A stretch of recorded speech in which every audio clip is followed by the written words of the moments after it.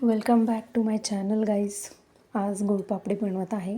1 वाटी गव्हाचं पीठ घेतलं आहे, ताटाला तूप लावून ठेवलेलं आहे.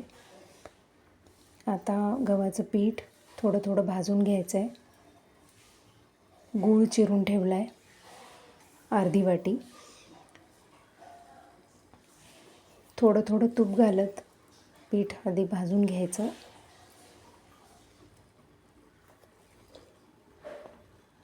थंडीच्या दिवसात अगदी पौष्टिक असं हे गुळपापडी खूप छान लागतं.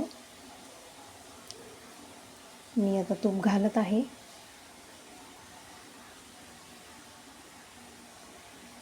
तूप भरपूर लागतं याला, त्यामुळे लागेल तसं टाकत राहायचं.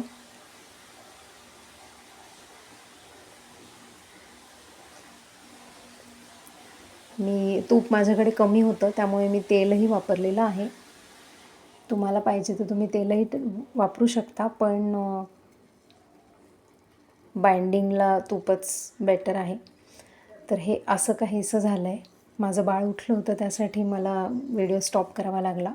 त्यामध्ये मी वेलची पावडर, खोबऱ्याचा कीस आणि गूळ चिरून घातलेला होता. तीळ पण घातलेले आहेत आणि अशा पद्धतीचं बॅटर झालेलं आहे.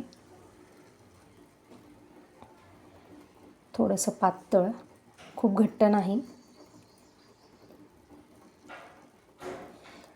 त्याला चांगलं एकजीव करून घ्यायचं.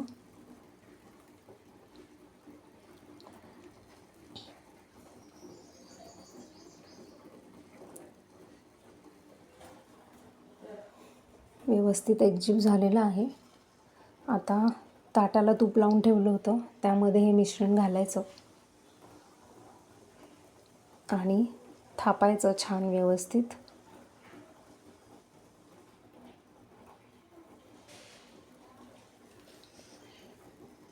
हे अशा पद्धतीने उलथणीने थापून घ्यायचं.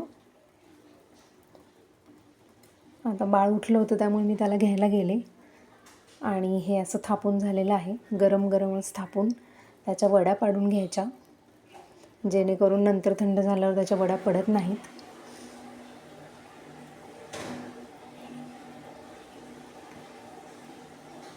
हे अशा पद्धतीने वड्या पाडून घ्यायच्या, तुम्हाला हव्या त्या आकारामध्ये.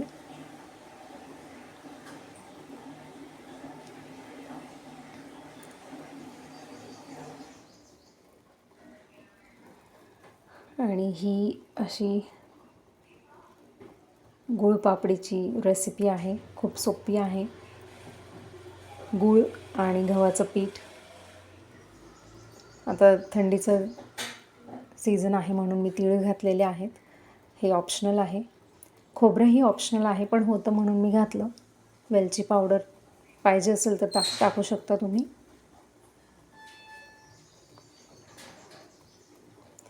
आता हे थंड करायला मी ठेवणार आहे आणि नंतर मग नॉर्मल रूम टेम्परेचरला आलं की तुम्ही खाऊ शकता. ही झाली आपली गुळपापडी.